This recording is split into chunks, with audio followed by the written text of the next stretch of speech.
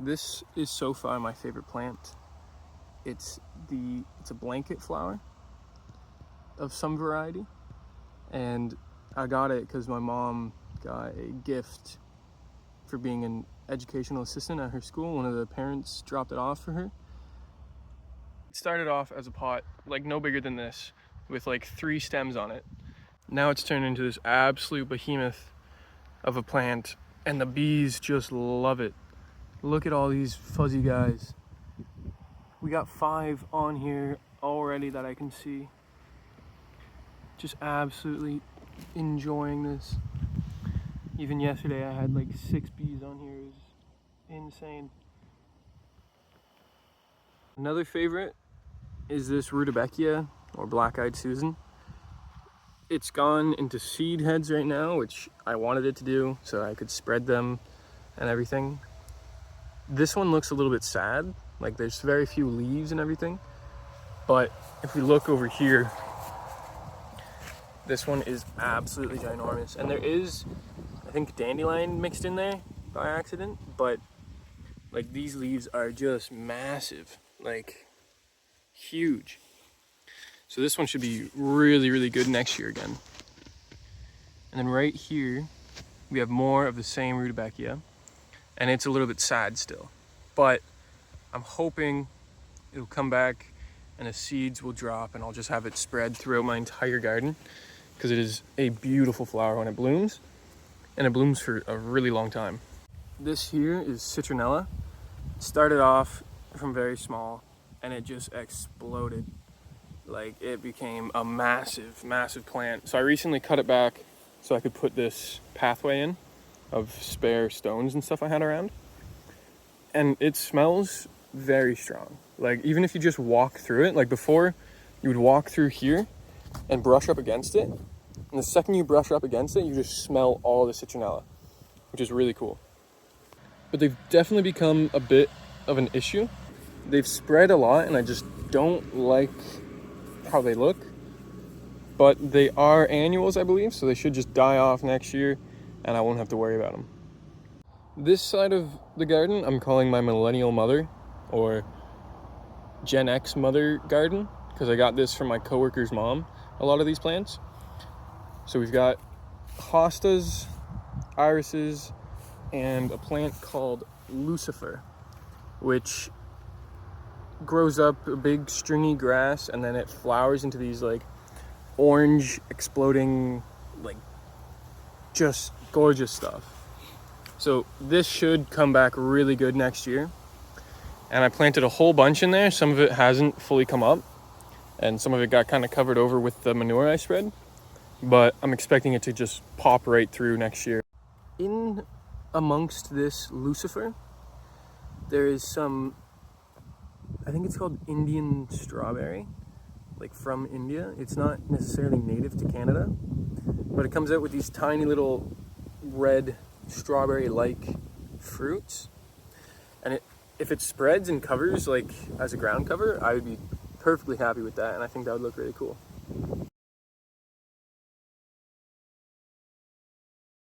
So this is what it looks like without the manure. So you can see the ground, it's not bad. Like it's fairly loose still, at least the very top. But what I did here was I turned over a shovel's worth down, turned it over, rototilled it, and then put manure on top and rototilled it all together. So you can see clumps of dirt like that right there, and like this, they kind of make their way up to the surface eventually. So I'm wanting to take those out, throw them in a pile over there, deal with those later, and then the manure on top as it composts, it'll just give a nice, really fluffy top layer to my garden that I can plant into. So I just dumped 3 loads of manure from a wheelbarrow.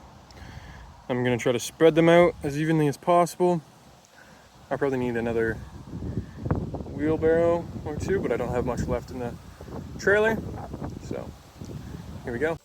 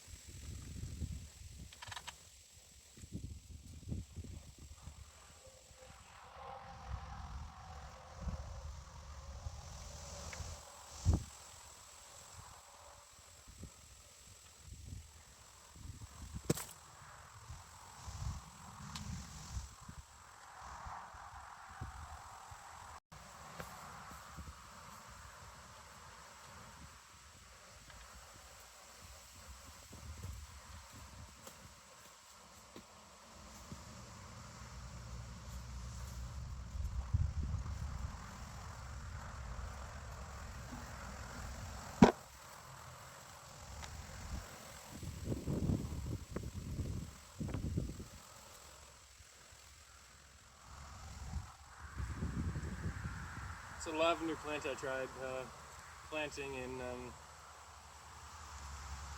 June or July. They were on sale in Dunville, so I picked them up, picked 2 up, neither of them made it, so it's no fun. Trailer is empty. I managed to get most of a wheelbarrow out of that.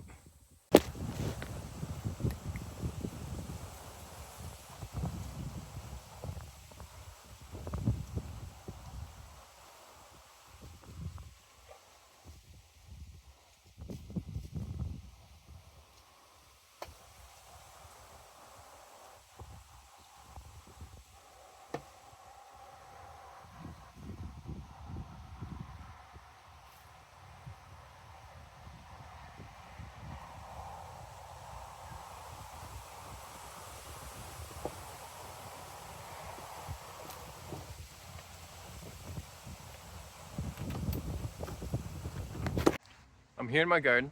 I just finished putting all the manure down as a top filler. One thing I didn't consider was the smell. I didn't think about the fact that manure smells.